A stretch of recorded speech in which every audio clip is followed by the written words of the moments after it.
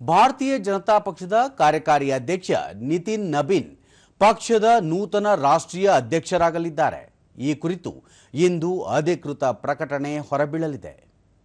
ಪಕ್ಷದ ರಾಷ್ಟ್ರೀಯ ಚುನಾವಣಾಧಿಕಾರಿ ಡಾಕ್ಟರ್ ಕೆ ಲಕ್ಷ್ಮಣ್ ಅವರು ರಾಷ್ಟ್ರೀಯ ಅಧ್ಯಕ್ಷ ಸ್ಥಾನಕ್ಕೆ ನಿತಿನ್ ನಬೀನ್ ಅವರ ಹೆಸರನ್ನು ಮಾತ್ರ ಪ್ರಸ್ತಾಪ ಮಾಡಿ ನಾಮಪತ್ರ ಸಲ್ಲಿಸಲಾಗಿತ್ತು.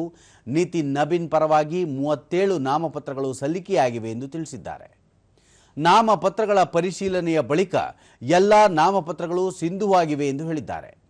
ಬಿಜೆಪಿ ರಾಷ್ಟ್ರೀಯ ಅಧ್ಯಕ್ಷ ಜೆಪಿ ನಡ್ಡಾ, ಕೇಂದ್ರ ಸಚಿವರಾದ ಅಮಿತ್ ಶಾ, ರಾಜನಾಥ್ ಸಿಂಗ್, ನಿತಿನ್ ಗಡ್ಕರಿ ಮತ್ತು ಪಕ್ಷದ ಸಂಸದೀಯ ಮಂಡಳಿಯ ಇತರೆ ಸದಸ್ಯರು ರಾಷ್ಟ್ರೀಯ ಅಧ್ಯಕ್ಷರ ಸ್ಥಾನಕ್ಕೆ ನಿತಿನ್ ನಬೀನ್ ಅವರ ಹೆಸರನ್ನು ಪ್ರಸ್ತಾಪಿಸಿದರು. ಸದ್ಯ ಕೇಂದ್ರ ಸಚಿವ ಜೆಪಿ ನಡ್ಡಾ ಅವರು 2019 ಜೂನ್ನಿಂದ ಪಕ್ಷದ ರಾಷ್ಟ್ರೀಯ ಅಧ್ಯಕ್ಷರಾಗಿ ಕಾರ್ಯನಿರ್ವಹಿಸುತ್ತಿದ್ದಾರೆ.